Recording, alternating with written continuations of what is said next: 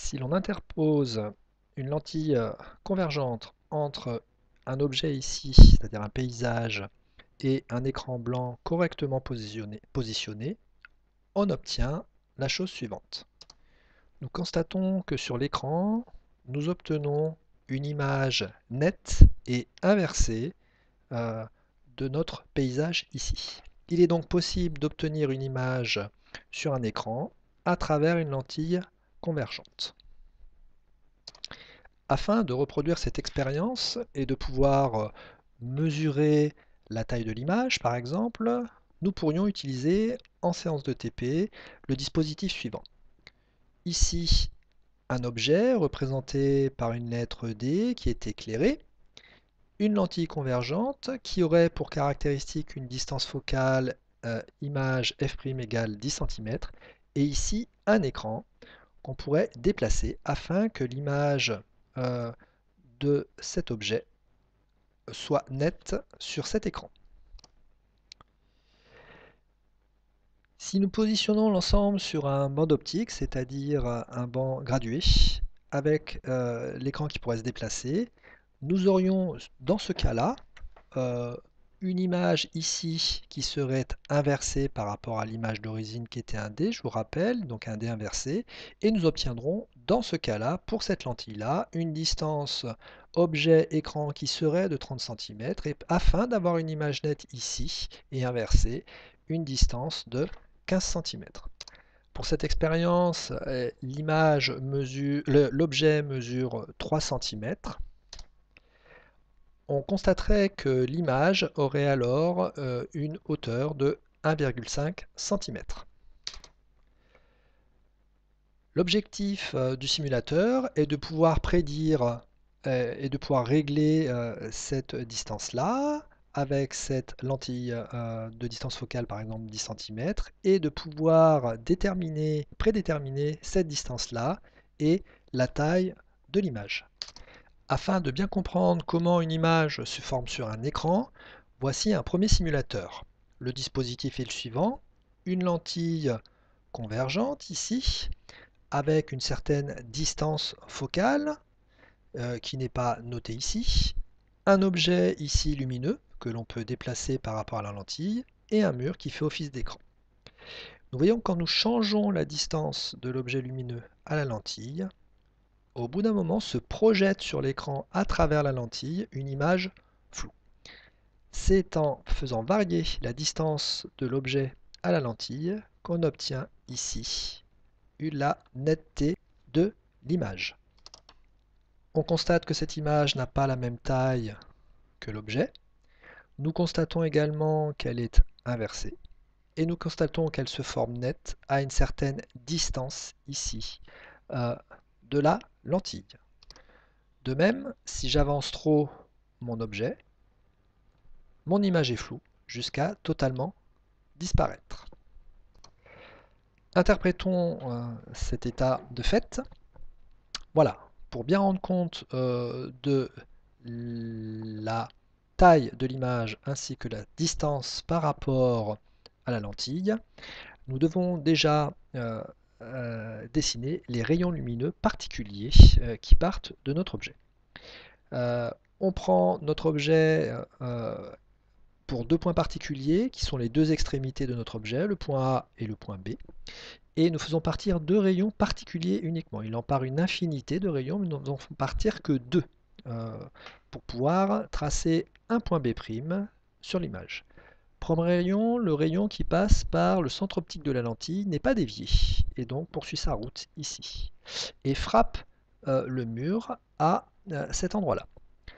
Deuxième rayon, un rayon parallèle à l'axe optique qui, par propriété de la lentille, passe par le foyer image f' ici de la lentille et vient croiser l'autre rayon à cet endroit-là qu'on va appeler B'. Un point lumineux produit donc un point ici image. Et ce point coïncide avec la distance où est le mur. De même, nous pouvons tracer le point A' ici. Ce point foyer image et ce foyer objet ce point-là et cette distance-là dépendent des caractéristiques de la lentille. Grâce à cette interprétation, nous pouvons donc mesurer la taille de cette image et même la calculer. Vous voyez que tout ça, c'est très géométrique. On verra plus tard. Nous pouvons également déterminer la distance entre la lentille et l'écran, c'est-à-dire où se forme l'image nette. Nous allons maintenant regarder pourquoi il y a une image floue. Si je déplace mon objet, nous constatons que ici, les rayons ne se croisent pas sur l'écran en un seul point, donc produisent une tache de lumière. En fait, l'image se produit avant le mur. Il faudrait donc déplacer le mur à cet endroit pour avoir une image nette. De même, si je change la distance ici, vous voyez que là également, il y a une image floue parce qu'ils ne se croisent pas en un point. Il faudrait, dans ce cas-là, reculer le mur à l'endroit où se forme réellement l'image. Utilisons maintenant ce simulateur pour pouvoir déterminer la taille de l'image, la distance de la lentille à l'image, la taille, la dimension de l'objet, ainsi que sa distance par rapport à la lentille, et également les propriétés de la lentille qui se résument en la distance focale image et la distance focale objet. Pour ça, nous allons paramétrer déjà avec des options d'affichage. Nous allons garder que 2 rayons lumineux. Ensuite, nous allons retirer tous les rayons et nous allons afficher un fond blanc pour plus de clarté. Nous allons nous mettre en mode plein écran, comme ici, afin d'avoir une meilleure lecture de notre simulation. Pour se mettre dans les conditions du TP, nous allons paramétrer la chose suivante. Nous allons choisir et nous allons paramétrer une distance focale de lentille de 10 cm. N'oublions pas de valider ici. Nous allons garder la longueur de l'axe optique à 1 mètre, c'est-à-dire la distance de là jusque là, qui nous permet de fixer l'échelle de ce schéma. Enfin, cette simulation représente la situation précédente. La lentille est schématisée par une double flèche ici, avec son centre optique. L'axe optique ici, un trait noir continu. L'objet ici, par une flèche orientée de A vers B. Et ici, nous allons pouvoir avoir tout un tas de mesures. Dans un premier temps, nous allons fixer déjà la longueur de notre objet, ici la dimension de notre objet. Ici, par défaut, il fait 10 cm. Nous allons le fixer à 8 cm.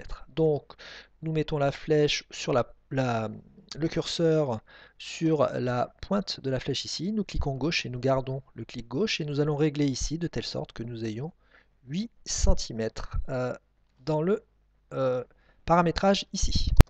Nous avons donc 8 cm. Maintenant, nous allons régler la longueur, la distance entre la lentille et l'objet, soit dite OA, à, dans un premier temps, 40 cm. Pour ça, nous mettons le curseur ici. Dès que la petite main apparaît, nous cliquons gauche et nous pouvons déplacer l'objet par rapport à la lentille jusqu'à 40 cm. Nous sommes donc ici avec la distance OA à 40 cm. Nous, ce qui nous intéresse, c'est de connaître la taille de l'image, donc A'B'.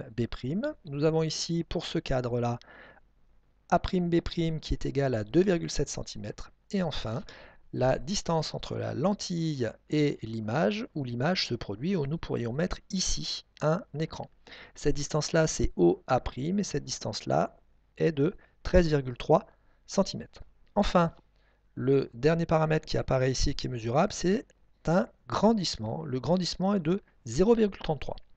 Ce grandissement, c'est tout simple. C'est le rapport de la taille de l'image, donc 2,7 cm, par la taille de l'objet, donc ici 8 cm. Donc il faudrait faire 2,7 cm divisé par 8 cm. Dans le TP, vous devez compléter les différentes colonnes correspondant à différents cas de figure. Dans la première colonne, vous avez les mesures qu'on vient de voir dans la simulation. Nous avons ici la distance objet-lentille qui était de 40 cm. Nous avons mesuré une taille d'image de 2,7 cm, une distance entre la lentille et l'image OA' de 13,3 cm, et le rapport des deux, donc 2,7 par 13,3, qui fait 0,33. Je vous demanderai de calculer dans la dernière ligne le rapport des distances de la lentille à l'image, OA', et de la lentille objet sur OA. Vous mettrez ici la valeur avec 2 chiffres significatifs. Enfin, vous compléterez les 3 autres colonnes en fonction de ce que l'on vous donne. Dans cette deuxième colonne, il faut avoir la distance entre la lentille et l'image à 15 cm. Pour cela, vous réglerez tout simplement la distance entre l'objet et la lentille à une certaine valeur qu'il faudra noter et les autres mesures également. De même, ici, je veux que le grandissement soit de 1, donc vous déplacerez tout simplement la distance entre l'objet et la lentille de telle sorte que le grandissement soit de 1 et vous noterez les autres grandeurs ici. Et enfin, vous mettrez à une distance de 15 cm entre l'objet et la lentille et vous noterez les valeurs ici.